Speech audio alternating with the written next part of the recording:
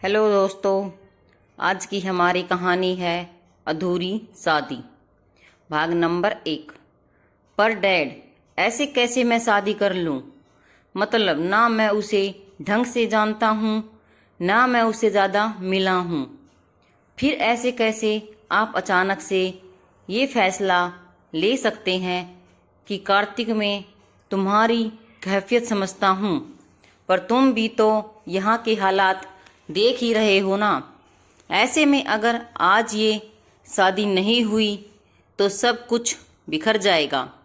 मेरे दोस्त तो जीते जी मर ही जाएगा। पर डैड, मॉम, आप तो डैड को समझाइए। कार्तिक बेटा, तुम्हारे डैड सही कह रहे हैं। जब से लड़के वालों ने शादी के लिए मना किया है, भाई साहब की तबीयत बिगड़ गई है। ऊपर से बाहर सारे मेहमान भी आ चुके हैं। ऐसे में अगर अभी शादी नहीं हुई तो भाई साहब की बहुत बदनामी होगी। माही बिटिया की तो जिंदगी ही बर्बाद हो जाएगी। पर माँ, मैं ही क्यों, यहाँ तो बहुत सारे लड़के हैं। युग भी तो है, आप उससे उस लड़की की शादी करवा दीजिए। वे दोनों तो फ्रेंड भी हैं। नहीं करवा सकता क्योंकि तुम बड़े हो, इसलिए तुम्हें बोल रहा हूँ। उसे बोलता तो वह मना भी नहीं करता, पर शायद तुम्हें अपनी मनमानी के अलावा कुछ दिखता ही नहीं है। ठीक है डैड, चलिए, पर केवल शादी, इसके अलावा मुझसे और कुछ की उम्मीद मत करिएगा। मुंबई के जाने माने बिजनेसमैन अमरेंद्र प्रताप सिंह अपनी पत्नी वंदना सिंह और दोनों बेटे कार्तिक और युग के साथ अपने बचपन के दोस्त उमाकांत के यहाँ आए थे।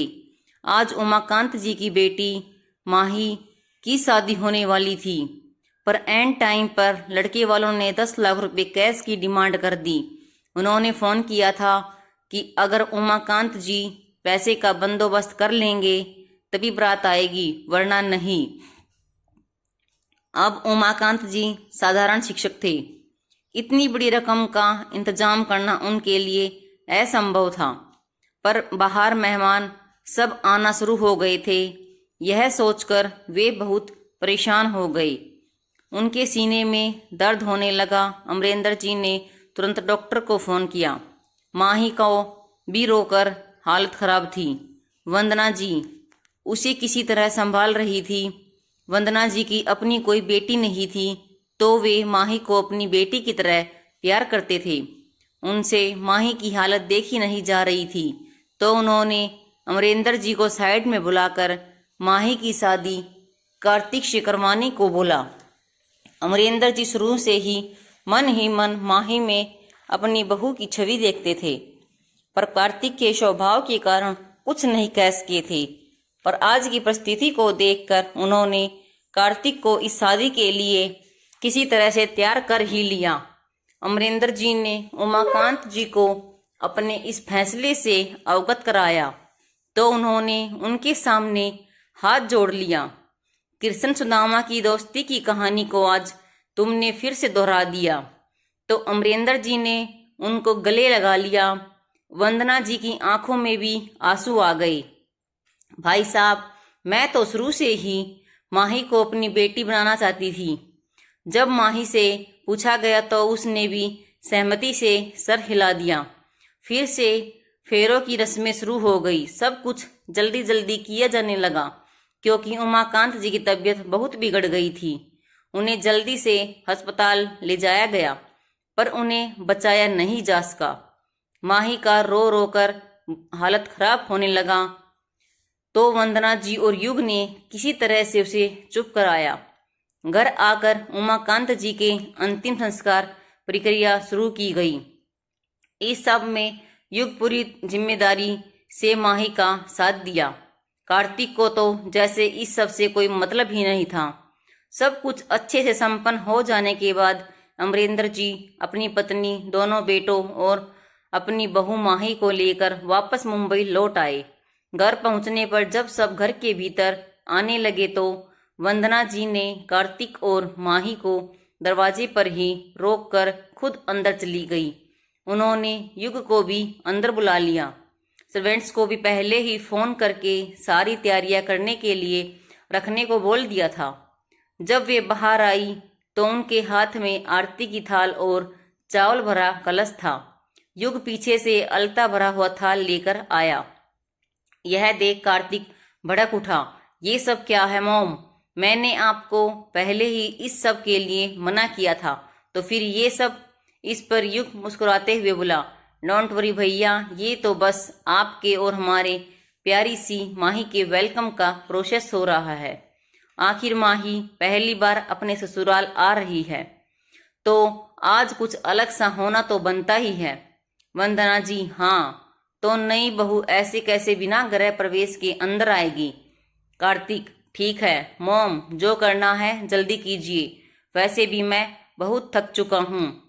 वंदना जी दोनों का आरती उतारी और माही से कहा, बेटा दाहिने पैर से इस कलश को गिराते हुए इस थाल में पैर रखकर अंदर आओ।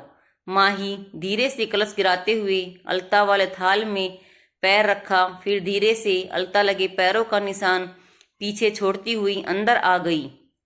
वंदना जी दोनों को पूजा घर में ले गई। भगवान को प्रणाम कर माही वंदना जी और अमरेंद्र जी को भी प्रणाम किया। इसके बाद कार्तिक अपने रूम में चला गया। अमरेंद्र जी माही के सर पर हाथ रखकर बोले, बेटा कार्तिक और युग की तरह आज से यह तुम्हारा भी घर है। तुम इस घर की बहू नहीं बल्कि बेटी बनकर यहाँ रहोगी। वंदना जी, हाँ मेरी प्यारी बेटी। युग और मोम, मैं और भैया। वंदना जी उसके सर पर भी हाथ रखते हुए बोले, हाँ, और तुम दोनों भी। युग, माही मैं दोस्त बनकर हमेशा तुम्हारे साथ रहूंगा। इस पर वंदना युग का कान पकड़ते हुए बोली, वो अब तुम्हारी भाभी है, उसे अब भाभी बोलो। युग, माँ कान तो छोड़ो, दर्द करता है। पर माँ, माही तो उम्र में मुझसे छोटी है, इसलिए मैं तो उसे माही ही बोलूँगा। क्यों माही, तुम्हें कोई प्रॉब्लम नहीं ना है? माही, माँ बोलने दीजिए ना, जो इसे पसंद है। ये हमें जो भी बोलेगा हमें अच्छा ही लगेगा। अमरेंद्र जी, वंदना जी माही को कार्तिक के कमरे में ले जाइए, फ्रेश होकर थोड़ा आराम कर लेगी, सफर में थक गई होगी मेरी बच्ची। उसी समय कार्तिक भी नीचे आ गया। उसने माही को उसके कमरे में ले जाने वाली डैड की बात सुन ली। उसने गुस्से से वंदना जी की ओर देखकर बोला, मेरे रूम में क्यों? वंदना जी, जी बेटा, अब वो तुम्हारी पत्नी है तो तुम्हारे रूम में ही रहेगी। कार्तिक, मॉम प्लीज, मैं आप लोगों को पहले भी कह चुका हूँ, मैं इस शादी को नहीं मानता। आप लोग मेरे साथ अब और जबरदस्ती नहीं कर सकते। और हाँ, मैं रूम में तो क्या, ये लड़की मेरी नज़र के सामने भी नहीं आनी चाहिए। अमरेंद्र जी गुस्से से चिल्लाया, आप माने या ना माने, माही आपकी पत्नी है। इस पर कार्तिक गुस्से में आकर घर से बाहर निकल गया। यह देख माही की आंखों में आंसू आ गए। उसने तो पूरे मन से इस शादी को स्वीकारा था, फिर भी अपने मन को कड़ा कर वह अमरेंद्र जी और वंदना जी के पास आकर उनके पैरों में बैठ गई। माँ, बाबा, आप लोग इस तरह उदास मत होइए। जिस परिस्थिति में हमारी शादी हुई है उन्हें वक्त लगेगा इसे समझाने में। फिर वो तो मुझे जानते तक नहीं है। फिर ये भी तो हो सकता है कि शादी को लेकर उनका कोई अलग नजरिया हो और आप लोगों ने अचानक से उन्हें इस शादी के लिए राजी करवा हो। ऐसे में अगर वे इस शादी को नहीं मानते हैं तो कोई बात नहीं। आप लोगों ने अभी भी मुझसे कहा था ना कि मैं आपकी बेटी हूँ, तो क्या मैं बेटी बनकर यहाँ आप लोगों के साथ नहीं रह सकती? उसकी बात सुनकर अमरेंद्र जी फकर से बोले, देख रहे हैं ना वंदना जी, कितनी समझदार बच्ची है ये। भगवान की कृपा से हम सबको ये हीरा मिला है, पर आपको लाडले को तो उसकी पहचान ही नहीं। अभी ये सब छोड़िए ना बाबा, वैसे भी बाबा के बाद आप लोगों के अलावा और कोई मेरा अपना तो है नहीं जहां मैं जाकर यह सकूं। माही ने उनका हाथ थामते हुए बोली। वंदना जी ने भी उसके सर पर हाथ रखकर कहा, हमने केवल कहा ही नहीं बल्कि दिल से भी तुम्हें अपनी बेटी मानते हैं। युग भी वहीं आकर बैठ गया और उसका हाथ पकड़कर बोला बोला और मैं तो पहले से ही तुम्हारा दोस्त हूँ और तुम भैया की चिंता मत करो, वो अभी तुमको जानते नहीं है ना। जब वो तुम्हें पहचान जाएंगे तो अपनी जान से भी ज़्यादा तुम्हें प्यार करेंगे। यह सुनकर माही सिर उठाकर उसका चेहरा तकने लगी तो वो हल्के शरारते भरे लहजे में फिर बोला, ऐसा क्या देख रही हो? भरोसा नहीं हो रहा?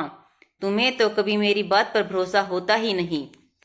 ऐसा करो तुम कि मेरी ये बात लिख कर ही रख लो तुम। वो केवल ऊपर से रूढ़ है, अंदर से उसका दिल बहुत कोमल है। यह सुनकर माही हल्के से मुस्कुरा दी। इस पर वंदना जी भी बोल पड़ी, हाँ बेटा, युग सही कह रहा है। मेरा कार्तिक हमेशा से ऐसा नहीं है। वो तो अभी गुस्से में है ना, इसलिए ऐसा बोल गया। तुम उदास मत हो, जब उसका गुस्सा शांत हो जाएगा तो मैं उससे बात करूंगी, फिर सब ठीक हो जाएगा। तुम तब तक कमरे में जाकर आराम करो। इस पर माही धीरे से बोली, माँ, मैं क्या कहती हूँ कि जब तक वो मुझे अपने मन से अपना नहीं लेते तब तक मैं भी दूसरे कमरे में ही रहना चाहूंगी। युग ने भी उसे सपोर्ट करते हुए कहा, माँ, मुझे भी लगता है कि माही सही कह रही है। इस वक्त भैया बहुत गुस्से में है। ऐसे में हो सकता है भैया का गुस्सा और भी बढ़ जाए, इसलिए अभी के लिए बेहतर होगा कि माही उनके सामने नहीं जाए। वंदना जी इस पर थोड़ी उदास तो हो गई, पर फिर उन्हें भी यही सही लगा और उन्होंने भी हाँ में सिर हिला दिया। यह देख युग बोला, तो ठीक है माँ, माही आज मेरे कमरे में सो जाएगी। मैं पापा के स्टडी रूम में सो जाऊंगा। कल आप मेरे बगल वाला रूम माही के लिए रेडी करवा दीजिएगा। ठीक है बेटा, माही को कमरे में ले जाओ, वंदना जी ने कहा। तो माही युग के साथ उसके कमरे में आ गई। माही, तुम फ्रेश होकर आराम करो, बाकी सुबह मिलते हैं, कहकर युग वहां से चला गया। उसके जाते ही माही भी फ्रेश होने के लिए चली गई। फ्रेश होकर आपने बारे में सोचते हुए उदास हो गई। नीचे सबके सामने तो वह हिम्मत कर ली, पर पता नहीं आगे क्या होगा। क्या कार्तिक उसे अपनाएगा? अपने माता पिता के कहने पर उसने माही से शादी तो कर ली, पर क्या वो इस अधूरे रस्मों रिवाजों के साथ हुई शादी को स्वीकार करेगा? क्या वो माही को अपनी पत्नी का दर्जा देगा या फिर माही एक अधूरी ब्याहता बनकर रह जाएगी? जब माही सर्वगुण संपन्न है तो फिर कार्तिक ने उसे अपनाने से इनकार क्यों कर रहा है? जब दोनों परिवारों में पुरानी दोस्ती थी तो फिर ऐसा क्या हुआ कि कार्तिक माही का चेहरा देखना नहीं चाहता? आगे की कहानी पढ़ने के लिए आपको हमारा अगला भाग नंबर 2 पढ़ना पड़ेगा। धन्यवाद।